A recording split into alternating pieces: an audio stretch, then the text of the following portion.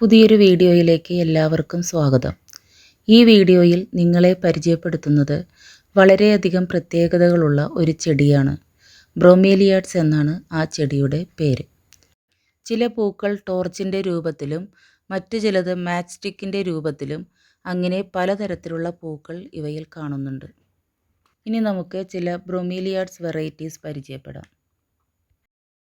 ഇത് finger nail ബ്രോമീലിയാഡ്. ബ്രോമീലിയാഡ്സിലെ ഏറ്റവും സുന്ദരി. നമ്മുടെ വിരലിൽ ക്യൂടെക്സ് ഇട്ടതുപോലെ ഇലയുടെ അഗ്രഭാഗത്തെ പിങ്ക് നിറം ഈ ചെടിയെ കൂടുതൽ ഭംഗിയുള്ളതാക്കുന്നു.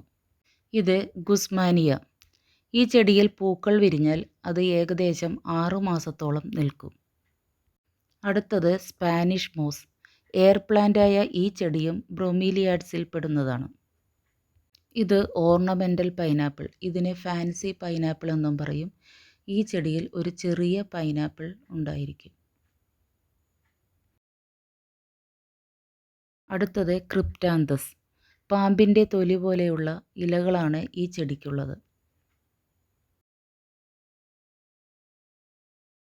ബ്രോമീലിയാഡ്സിൽ പൂക്കൾ ഉണ്ടായിക്കഴിഞ്ഞാൽ ആ ചെടി സാവധാനം നശിച്ചു പോകുന്നു. പിന്നീട് ആ മദർ പ്ലാന്റിന് ചുറ്റും ചെറിയ ചെടികൾ ഉണ്ടാകും.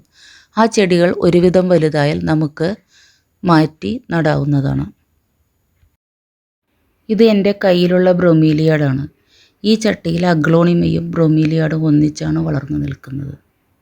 ഇതിൻ്റെ പേര് ബിൽബേറിയ എന്നാണ്. ഇതിൻ്റെ ലീവ്സ് വലിപ്പമുള്ളതും നല്ല കട്ടിയുള്ളതുമാണ്. ചെടിയുടെ നടിഭാഗത്ത് ഒരു കപ്പ് പോലെയുള്ള ഭാഗം കാണാം. ഇത് ബ്രോമീലിയാഡ്സിൻ്റെ പ്രത്യേകതയാണ്. ഇവ ഇതിൽ വെള്ളം ശേഖരിച്ച് വയ്ക്കും. ഇലകൾക്കിടയിലും വെള്ളം ശേഖരിക്കും. അതിനാൽ മണ്ണിലധികം വെള്ളം ഒഴിക്കേണ്ട ആവശ്യമില്ല. ഇലകളിൽ വെള്ളം ഒഴിച്ചാൽ മതിയാകും.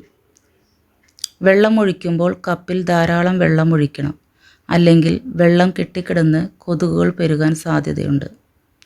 ഒരു 3-4 ദിവസം കൂടുമ്പോൾ വെള്ളം ഒഴിച്ചാൽ മതിയാകും. ചെടിയെ ഡയറക്റ്റ് സൺലൈറ്റിൽ വയ്ക്കാതിരിക്കുന്നതാണ് നല്ലത്. എന്നാൽ സൂര്യപ്രകാശം കിട്ടുകയും വേണം.